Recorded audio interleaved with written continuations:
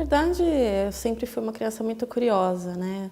Todo cientista ele tem aquela base de saber como as coisas funcionam ou de onde elas surgem. Então, os meus pais contam que desde pequena eu sempre me interessei por isso. Mas é até um pouco clichê eu falar que foi o mundo de Bikman, né? Então, eu assisti o mundo de Bikman e aquilo me fazia me interessar pela ciência como um todo. Não só ciência astronômica, como biologia, como todo mundo da minha geração sabe o que foi o mundo de Bikman, né? E mais tarde, lendo revista super interessante. Ia parar na minha casa e folheando, eu me interessava por esses assuntos. Então foi desde pequena mesmo, foi desde criança.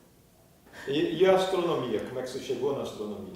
Então, minha mãe, ela é do sul de Minas, onde tem um dos melhores céus do Brasil. Ela é de Brasópolis, que é onde a gente tem o OPD. E eu lembro que em 97, Natal de 97, mais ou menos, vou revelar a minha idade, eu tinha 11 anos, eu estava olhando o céu, tinha uma lua muito linda, e eu tenho meus primos que moram lá, um deles é engenheiro, ele tinha um telescópio, aquele Tasco pequeno. Aí ele falou para mim, você quer ver um planeta? Aí eu vi Saturno, então ele estava com a posição dos anéis super lindinho lá. Depois eu vi Júpiter, eu vi as 4 luas, então foi uma noite perfeita, porque a lua estava numa posição bacana, ela estava num quarto crescente, consegui ver tudo bonitinho, e aquilo me espantou. Eu fiquei muito espantada de ver tudo aquilo, e desde então eu comecei a me interessar. Então o que é um eclipse? Aí ia procurar o que era um eclipse. Naquela época não tinha Google, né? Era enciclopédia. Então eu me enfiei nas enciclopédias e comecei a ler coisas relacionadas.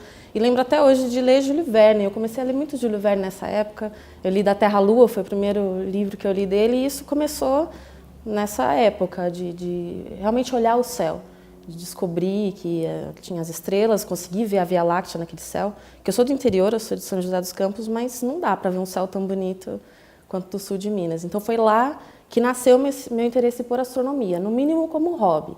Não imaginava que seria minha profissão hoje em dia, né?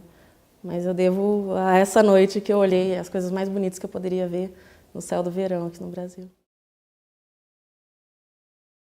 Eu não vou dizer sorte, né? Mas eu estava no lugar certo, no momento certo, para fazer um bom colégio.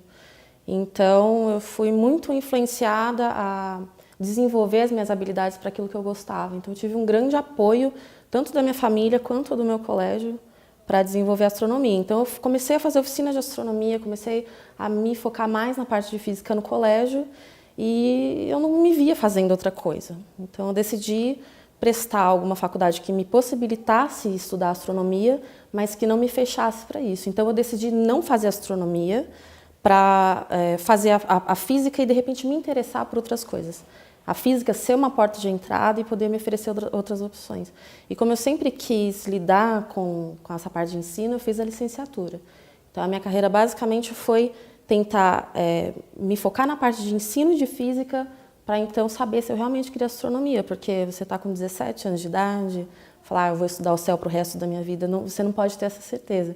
Então, eu sabia que, no mínimo, eu ia começar a minha carreira abrindo as portas para aquilo que eu mais gostava, como eu falei, no mínimo como um hobby, mas acabou virando profissão, porque eu me dei muito bem nessa parte. Você fez a física onde? Como é que foi? No mestrado, doutorado? Eu fiz física aqui no Instituto de Física da USP, eu fiz licenciatura, e eu lembro que na época ainda não existia o curso de astronomia, né? Porque talvez eu poderia até migrar.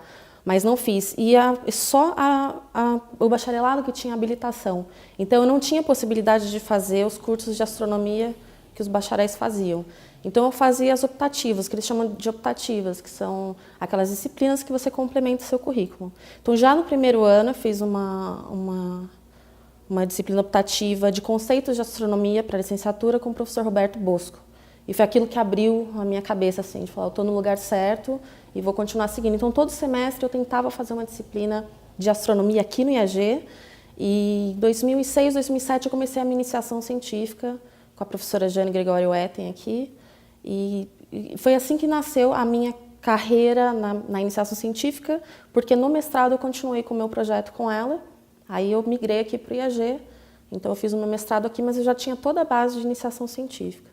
Então, eu me formei em física, licenciatura lá, e foi legal, porque durante esse período, conforme eu ia aprendendo a astronomia, eu ia aplicando durante a parte de monitoria, a gente tem que fazer a parte da didática. Então, eu fazia as disciplinas de didática e a gente precisava da carga horária de estágio, né? Então, eu fazia estágio em escola pública e eu aplicava cursos de astronomia. Então, aquilo que eu tinha como conhecimento, eu aplicava meio que em tempo real, assim, conforme eu ia aprendendo. E aí, depois eu escolhi fazer essa parte de ciência pura aqui no IAG, no mestrado, e no doutorado eu decidi mudar um pouco de área e fui para um outro orientador, mas mantive a presença aqui no Instituto. Então, na iniciação científica, eu já comecei a trabalhar com grandes nuvens moleculares que formam estrelas. Então, o meu mestrado foi em formação de estrelas, mas foi multicomprimento de onda. Então, eu estudava a emissão infravermelho, a emissão óptica não vai ter muito, emissão em raios-x, emissão rádio. Então, eu estudava a formação estelar como um todo, e aí no doutorado eu fiz um refinamento indo para a parte de radioastronomia. Então, hoje eu estudo a formação estelar em regiões onde estrelas massivas interagem com o meio interestelar. Então, o meu projeto de pesquisa atual usa o meu background de formação estelar lá do meu mestrado, mas hoje em dia o meu foco é estudar moléculas no espaço, as moléculas que traçam a formação estelar por essa interação. Com rádio? Com radiotelescópio. Que é lá onde? Em Atibaia? Então, em Atibaia eu fiz alguns estudos lá. Hoje em dia não funciona mais, lá o ROI, né? o Rádio Observatório de Tapetinga. Eu cheguei a fazer algumas missões durante o meu mestrado lá para procurar moléculas de água no espaço, né? Moléculas de água nessas regiões de formação estelar. Então, essas missões foram bem sucedidas, mas no doutorado eu precisava de alguma coisa um pouco mais potente. Então, eu fiz um estágio na China, eu passei 2 meses em Pequim para estudar outras emissões moleculares lá, uma molécula específica de CO e em outro objeto de formação estelar. E o ano passado eu fui para a Espanha usar um telescópio de 30 metros de diâmetro para estudar moléculas ainda mais complexas. Então esse é o tema do meu doutorado. A gente usa outros telescópios agora. Atibaia não está mais funcionando e mesmo assim era muito restrito. Ou você observava em 22 GHz, que era a banda específica de emissão de água, né? Emissão maser de água, ou estudava um contínuo em 43 GHz, né? É muito específico. Mas na Espanha não, na Espanha a gente tinha uma gama maior de oportunidades de receptores para estudar outras moléculas mais complexas. Isso, né? Você fez seu doutorado aqui? Eu estou fazendo meu doutorado aqui. Está fazendo agora? Tô. A gente sabe que o astrônomo estuda estrela, né? Então a gente observa a estrela, a gente gosta de saber do que ela é composta, gosta de saber o tempo de vida, gosta de saber a massa. E a minha pergunta vai além disso, né? Primeiro, como que elas se formam, mas para a gente entender como as estrelas se formam, a gente tem que saber como que o meio interestelar se comporta, que as estrelas se formam no meio interestelar.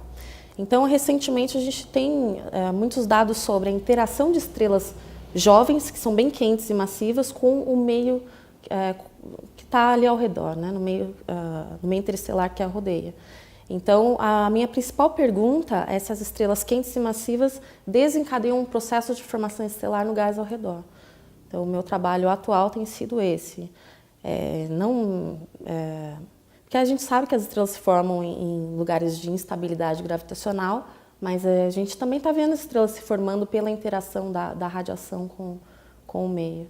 Então, eu estudo mais o meio interestelar, que são esses berçários estelares, observo as estrelas bebês ali e tento entender como é que a radiação dessas estrelas está, se ela está ajudando ou se ela está atrapalhando o processo de novas estrelas.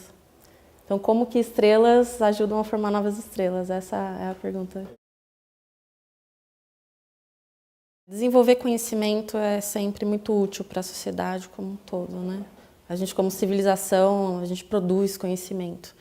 E eu percebo, o que eu busco na minha pesquisa é fazer alguma coisa diferente no momento. Então, para ser bem sincera, não existem muitos radioastrônomos no Brasil.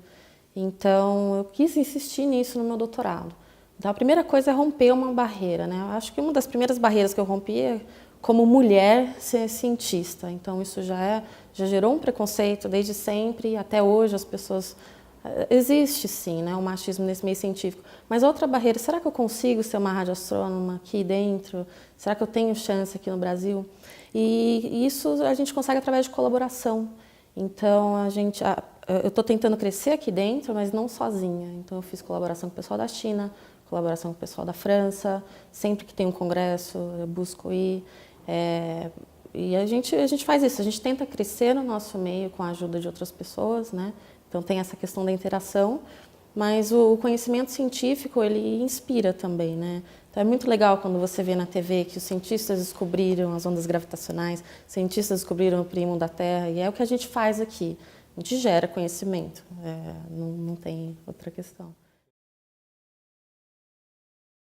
Eu acredito que o professor Bosco, ele foi uma pessoa crucial na minha decisão de carreira, porque as pessoas sempre viraram para mim e falaram assim, tá, o médico salva vidas, o engenheiro constrói um prédio, você? O que você faz de bom para a sociedade? Né? Então, eu perguntava isso para o Roberto Bosco, eu falava, como que eu respondo? Né? Ele fala assim, porque eu gosto, porque a ciência ela é um caminho para gerar outras coisas, né? A exploração espacial gerou o miojo que você faz em casa, gera o tênis que você usa como amortecedor, melhora a roupa do astronauta lá e melhora a roupa do bombeiro. Então, essa nossa sede de conhecer, ela gera subprodutos. Né? A gente não estaria tirando fotinho com o celular se não fosse as câmeras CCDs. Então, a gente só pensa em coisa muito imediata, né? Eu não estou aqui para salvar a vida, mas por quê? Porque não é todo mundo que tem que fazer...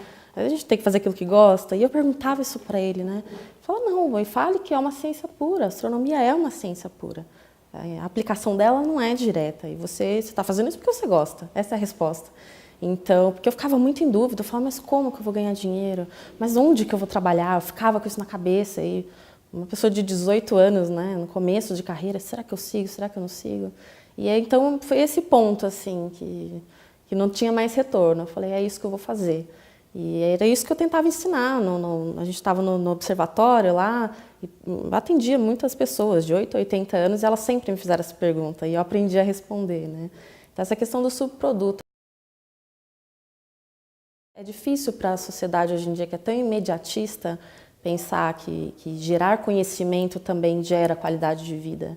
Né? Pensar que o cientista não é aquele maluco descabelado que fica trancado no laboratório. Né? Eu tento levar para as pessoas que eu sou uma pessoa normal também, sou como qualquer outra, gosto de música, vou no cinema, toco instrumento musical. Então, eu acho que foi ele que foi a pessoa que me fez perceber que eu podia seguir o meu sonho, podia fazer o que eu gostava. Né? Eu vou falar o que eu falo sempre. Estudar astronomia não é ficar num telescópio observando estrelinha. Eu conheço pessoas que deixaram de fazer astronomia porque falaram, não, eu não consigo ficar acordada de madrugada para ficar olhando o céu. E não é isso que a gente faz. Ou se a gente faz algumas noites num ano para ter material coletado. Eu sou radioastrônoma, eu posso observar durante o dia com o céu encoberto. Isso não é impeditivo. Então, a falta de conhecimento leva a duas coisas, né? Leva à desistência, antes mesmo de tentar, e também leva à frustração. Porque muitas pessoas entram no curso de astronomia achando que vão olhar a estrelinha no telescópio e tem um monte de conta de matemática. E saem. A gente não tem muita gente que se formou em astronomia na primeira turma, na segunda. Né? Então, essa frustração surge da falta de informação. Então, sim, a gente vai fazer muita conta. Sim, a gente passa o dia inteiro no computador. Então, a gente tem que entender que é física pura. A gente entende todos os processos que acontecem lá no céu através da física. A única informação que a gente tem do universo é a luz, é o espectro eletromagnético. A gente não tem como fazer isso fora do... Hoje em dia é computador, né? Mas eu confesso que, mesmo assim, o que é gratificante para mim é poder divulgar meu trabalho. Então, toda vez que a gente vai para um congresso, eu preparo um pôster, preparo uma apresentação. Para mim é muito gratificante mostrar o que eu estou fazendo, é gratificante ver o que os outros estão fazendo. Eu viajo, eu conheço muitos lugares legais, eu conheço muitas pessoas bacanas, faço muitos contatos. E, então, não é para desistir. A parte da conta tem sim, mas a parte da gratificação também. Então, é para não desistir e para ver se é isso mesmo que você quer, porque não dá para fazer astronomia sem gostar de matemática e sem gostar de física. Se resume a isso.